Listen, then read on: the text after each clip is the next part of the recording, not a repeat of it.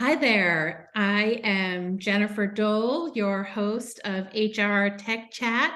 And today's podcast, we've got some great guests, Larry McAlister and Al D. Welcome to the podcast. Larry, you want to do a quick introduction? Thank you, Jen. Glad to be back. My name is Larry McAlister. I was a three-time CHRO. For the past 10 years, ran HR transformation technology for two Fortune 500 companies.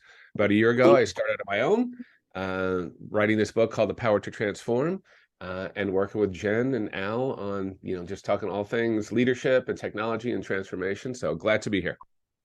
And Al, you want to introduce yourself? Sure, happy to do so. Great to be here. My name is Al D. For the past 15 years, I've worked very similar to Larry at the intersection of people, organizations, and technology. I like to tell people that I try to help smart people become people smart. And how I do that today is in going into companies and helping them think about how they develop the next generation of leaders, and then also really spending a lot of time thinking about actually doing that within organizations. And so trying to help them develop leaders who can lead and manage and effectively in today's world of work. Certainly not a surprise that we're all together and we all know each other, right? Because we're traveling that journey together. So really appreciate you being here today. I want to dive into inclusive leadership. And to get us started, what are some of the qualities of inclusive leaders? I can start because I know Al's the expert on this, so I'll just think of what's in my mind. I think the number one thing to be an inclusive leader is courage, right? It's so easy to worry that you're going to mess it up or you're going to offend somebody. I think being courageous and knowing intentionally that to be a great leader is to be an inclusive leader, right? We've all said always knowing each employee, what their needs are, is what works. Anything that's, you're trying to approach everyone at the same time doesn't work. Al, what do you add to that? Yeah.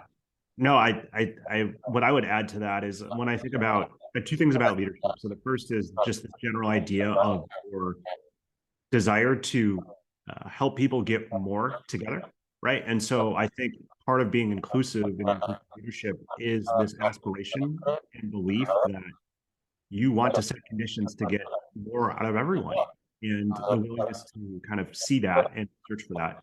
I think the second thing that comes to mind is really thinking about what makes us uniquely human and leaning into those things. And so I think courage certainly is something that a human can do that an AI bot can't. But I also think about things like listening with empathy, acting with compassion, self-awareness. I think those are also other elements I would add to it. Yeah. I mean, you bring up the AI bot, right? And I did a presentation with Brent Skinner, the co-founder of 360, and at Unleash. And we talked about the technology can help you with efficiency, but you have to balance that with empathy. And I think it's just an important kind of concept for people as they're looking at technology and the transformation. Larry, you've got a lot of experience. Yeah, it reminds me of two things. So I've been saying that technology will take some of your job or some jobs, but that's not the point. The point of technology in our space is to get you to the human interaction much faster with more actionable data. So being a great leader means you understand what's going on. You understand the people's voice. So many of these technologies give you different views of the employee voice. And as we know, to be a great leader, you have a great team. And to have a great team is each person has to be hitting on all cylinders. And if you're not allowing or engaging someone because it is an inclusive worry for you, you're never going to have a great team. So using technology to understand how to get to these conversations quicker, and like Al said, with empathy and curiosity, these tools are here to get you there more knowledgeably than in the past, even more powerful than just an employee survey. It's, if you go to coaching, you get to see what a group of people are being coached really care about. And that just makes you smarter. So I like Al's idea of people smart. These tools are helping people smart for sure. Yeah. I would just add to that, and what I think about a lot of times is, if we just go back to our basics of what Edgar Schein taught us about organizations, we remember that organizations are just a bunch of people working towards shared goals. And so when I think about inclusive leadership, I think about it through the lens of this idea of curiosity and inquiry to finding out how can we work together to achieve those shared goals, and a willingness, I would say, whether you're using technology or whether you're using humans, to go and find those ideas and to find the things that bring the people have, the skills they have, the knowledge they have, the ideas they have, to generate some kind of towards some goal or outcome. And so I think that the inclusive piece of it is just that hunger to search and to look for what is out there, and as well as the ability to enable other people to come to the table to bring that and to create conditions so that they bring that. And that's all people, for sure. So Jen, at your Unleash event, what kind of, did you get some questions? Like what were some people's minds that were in the audience? So HR felt like they were the owners of being empathetic towards people. And I said, no, you need to share that. And then there was another group that talked about using technology to help them figure out who's going to be in the office and who's not going to be in the office, and this whole return to the office. And they said, we're using this technology to figure out how we can be more empathetic towards people and what they need. And I was just like, you're in the right place. So, it was mixed between, those two views. But based on like what Al was saying around curious, I love that word curious. And I'd like to replace critical with curious, right? So I think managers sometimes can be critical of, are you working all day long if you're at home? Or why do you need that time off? Or why do you think that? But if they were less critical and more curious, would they be more inclusive? So I'm actually drawn to some of the conversations I've had with Larry previously about some of the work that he did at NetApp, and this idea of the enabling the whole self and enabling the whole human. And I think about, Jennifer, that example you just gave in terms of leaders thinking about a policy for return or going to the office and what that means. And maybe trying to use Larry's model and thinking about the whole human in terms of the leader. The leader may have their own ideas and views about why they should have a certain policy or the benefits that they think they have, but using that curiosity to understand the whole human of, well, what does that look like for my people? And really leaning in and trying to understand what is going on and what could be going on that would perhaps make this policy a great policy, or perhaps maybe not make it so great. And again, using that curiosity to figure that out. And again, there is a technology component to that, because you can certainly listen and you can certainly pulse and you can certainly ask your people.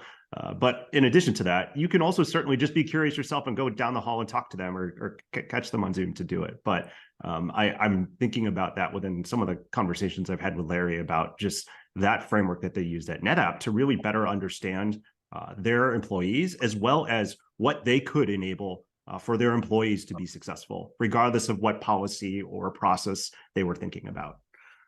No, that's a good point. This whole idea, I mean, we know it now. I've said this a lot recently. Like 30 years ago, you had to have big muscles to do your job because there was much more physical labor. Now it's all about your brain, your heart, and your soul. And if as a manager or as an organization, you're not given agency or license to talk to your employees about that stuff, you're missing more than half the picture. It's not like when I first came up, you would never talk about your personal life or what you're going through at work, right? You just never would.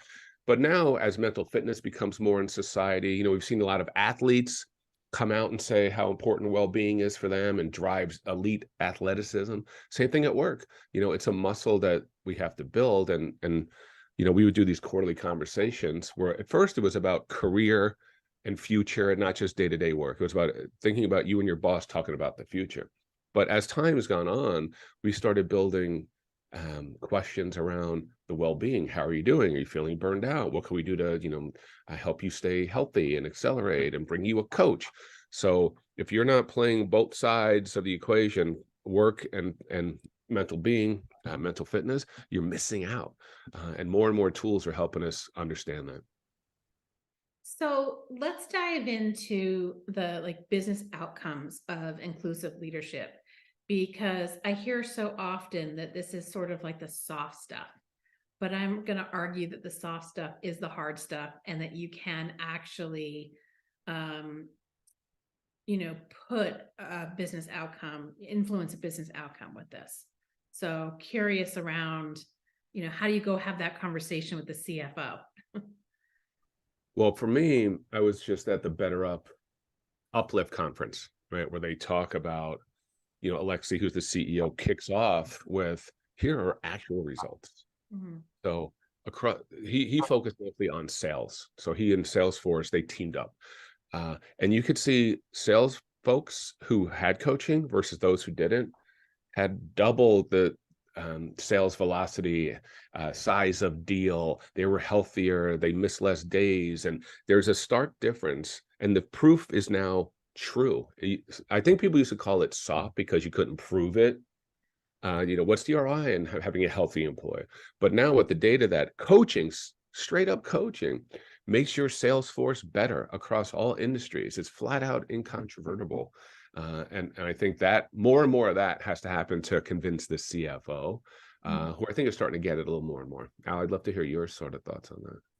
Well, no, I mean, I think, Larry, having probably, I assume at some point in his career, has had to have these conversations before around this. And so I think the quantifiable approach that you mentioned, I think is the right one to start. But I think if we're being honest with ourselves here, we've all seen the statistics. They've all been there, right? This is not new. They've studied this for years, right? And so I think the question becomes, if the statistics are there, what is present that is perhaps not enabling us to come around to those or to action upon those? Because they're like the Better Up's got some great stats. McKinsey's looked at this before. There's long been decades that has shown that diverse teams outperform those that are not as diverse. And so I think the curious question I'm kind of thinking about is, what conditions do we need to enable within companies that they begin to come around to this? Because I think the data certainly is there.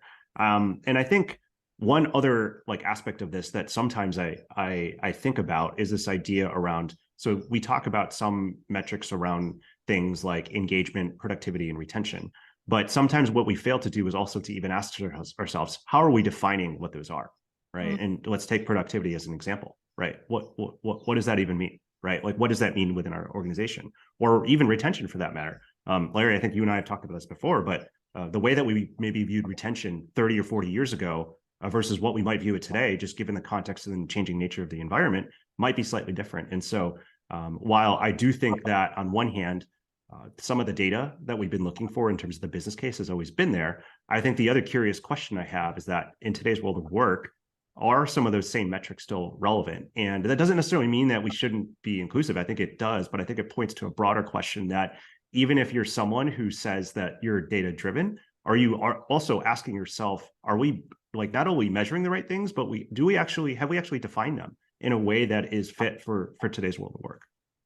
Such great points. So one other thing I want to bring up, when I thought about how DI&B or DEI is treated at some companies, it's more like, let's get people to think about it. Come on, it's the right thing. We have facts and figures around it. But what are companies doing to enable managers to do something about it? So one thing I saw when I was at Unleash is this company called Clovis AI, and they're doing interviewing for diversity.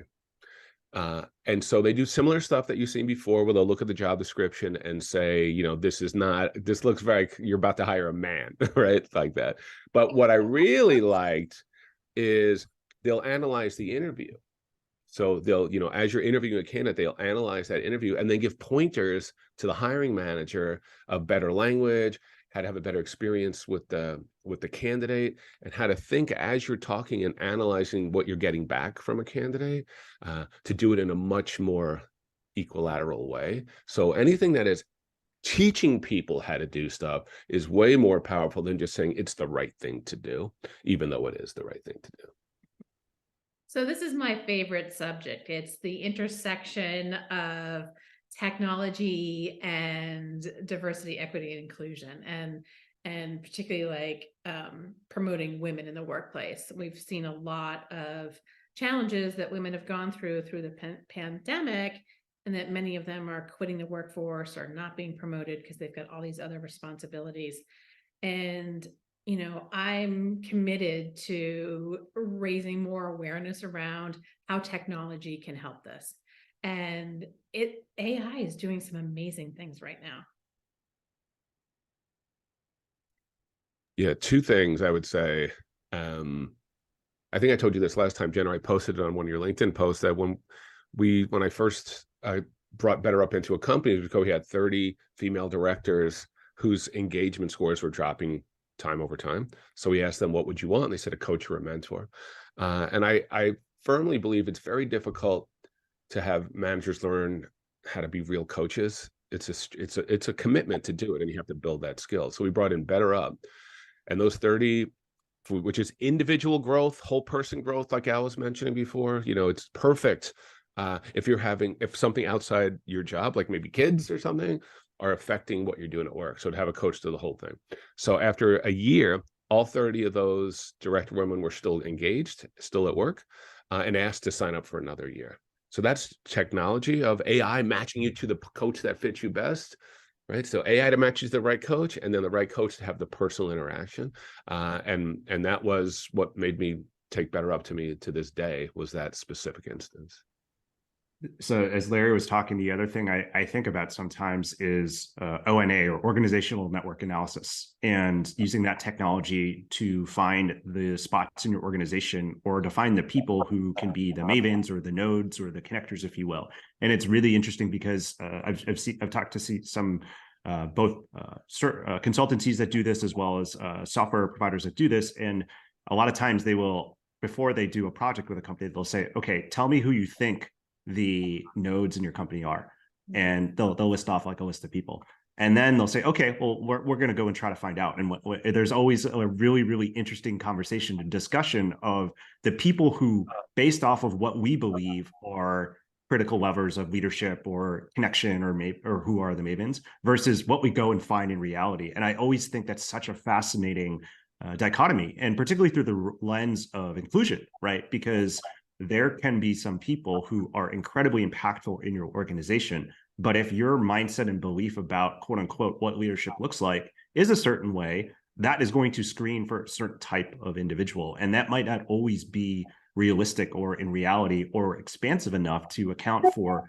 the many other types of leadership that might exist within your organization. And so I think that's certainly one thing. And then the other thing, Jennifer, that comes up, particularly when we're talking about women, is this idea and concept of social capital, and the ways in which we can think more expansively and be more inclusive about fostering that social capital, or in some ways giving away that social capital to people, particularly those who potentially are overlooked or underserved.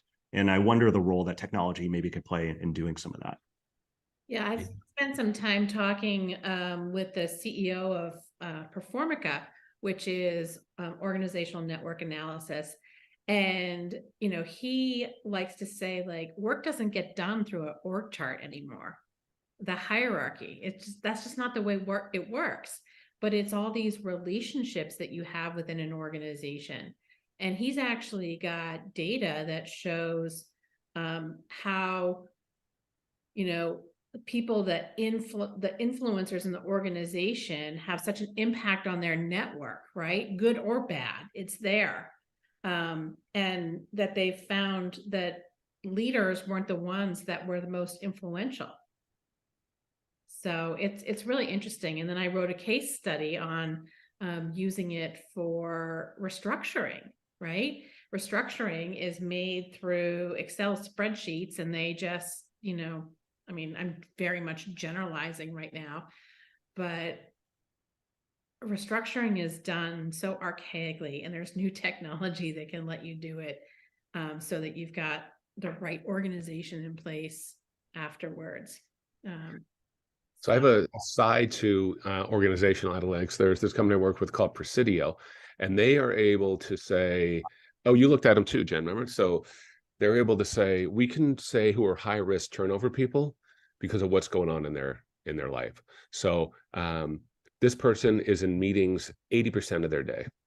And that is a higher risk of people leaving. Or they had one analysis in a company where 5 or 6 people took a training course on how to become a manager. They didn't get promoted and they all left. Or they say, most of your meetings are with these 7 people, 4 of them left. So now you're a higher risk. So not only does it give you your higher, you could just say, who are my highest risk people to turn over and why?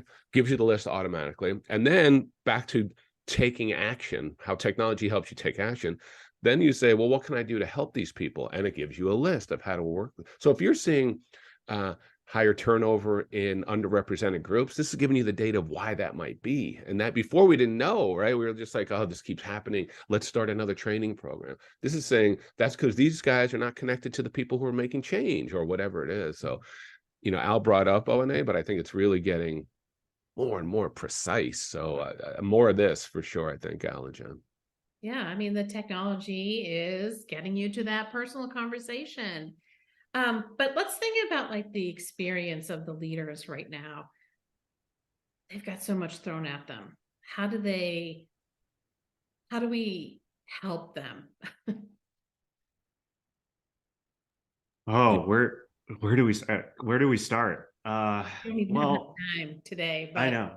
really. Well, well, I mean, I think a couple things. So I think if you're assuming that you're a leader who cares, I think the first place to start is what they tell you when you get onto an airplane, right? With the safety instruction videos, right? So you need to take care of yourself first before you assist someone else, right? And I think that is the right place to start. And so and I mean that in 2 ways. One is in terms of just given all the demands and what's going on of taking care of yourself. But the other thing in terms of checking yourself about yourself with respect to inclusion, right? What ways and what behaviors are you demonstrating where you're showing up as inclusive? What are some things that maybe perhaps you're not doing that you could be doing to demonstrate more inclusion? And what are some potential spots that you might be biased against that you can't see that you might need some more help with? Before you can start trying to make space for other people, I think it's best to really start with yourself. So I think that's the first thing I would say. And then the second thing that I would say, and this goes for anything that a leader does, if you ever want anyone to do a specific thing or model a specific behavior, unless you're actually going to do it yourself, the odds that you're going to achieve some sort of outcome that's significantly different than what's designed today are just a lot less possible. And so once you have figured it out for yourself, then it becomes, okay, well, how do I start modeling this in my each and every day? And so those would be the 2 places that I would start. Yeah, the taking care of yourself first is 1000% true. You cannot drive energy if you don't have your own. I mean, that's flat out. The second thing I would say, I've spent a huge part of my career saying the employee manager relationship is the most important relationship in the company. And what organizations do to muddy that relationship is incredible. So much extra stuff. Fill out forms, take mandatory trainings, write long development plans, do all of this stuff to scaffold them, as opposed to what I try to do, rip all that out and say, let me give you 3 easy ways for you guys to work together, right? Making it easier. Keep dropping stuff on a manager is just takes them backwards, right? They have to climb through all this minutia to get to the relationship, which is the only thing that matters. So I think organizations are incumbent on organizations to say, what can we do to make this easier? And hand them tools that make them understand how to take action to be a better leader or a better inclusive leader. What are easy ways for them to happen? I trust a relationship more than I trust a training. And it's our idea to enable them to do that. Yeah. And I think to Larry's point, I really do fundamentally believe this when I say this, but nobody goes to work wanting to do a bad job, right? Like no one goes in every day and thinking like, you know what, I really hope I do a crappy job today, right? But there are so many things that get in the way of people just being able to do a job they're assigned to do and to do it well. And the more that we can, to Larry's point, to remove those friction points so we can just let people do their jobs and to do them well, to gain that sense of autonomy, mastery, and purpose that we know will make them feel engaged and feel excited about the work they do. The more that we can do that, sometimes with technology, although one could argue that sometimes technology is the friction point, but when we can think about how do we make things simple, how do we make things easy, how do we use technology to do that, I think that's another really good place to start, because the one thing that we all have in common about going to work every day is that none of us want to show up and do a bad job. Right. Sounds like the manager experience is the next frontier, right? We spend a lot of time with the employee experience, but I think the manager experience is where we need to spend some time next. And how do you say less is more? I'd rather have, Yeah. I'd rather give them fewer things that are powerful than keep adding more and more stuff on them, for sure. Yeah. Yeah, Jen, I think you're spot on with that comment. And Larry, I agree with you that relationship that an individual employee has with their manager, I mean, that is how an employee feels connection to the work, to the company, to their peers. And the more that we can maybe laser in and really rethink what it means to be a manager in today's world of work, I think there's a lot of opportunity there to really not only improve it, but if you can improve that, I think that can be such a force multiplier for any other outcomes that you're trying to drive in your business. And I think that's where we leave it today. So thank you both so much for being here. This has been a wonderful conversation. I just enjoy spending time with both of you, and I always learn something, and I always feel a little bit smarter just talking to all of you. So thank you. This has been 360 Insights HR Tech Chat. And we've certainly covered it a lot today. So thank you for being here. Thank you for listening, and we'll talk soon. Thanks, Jen. Thanks, Al.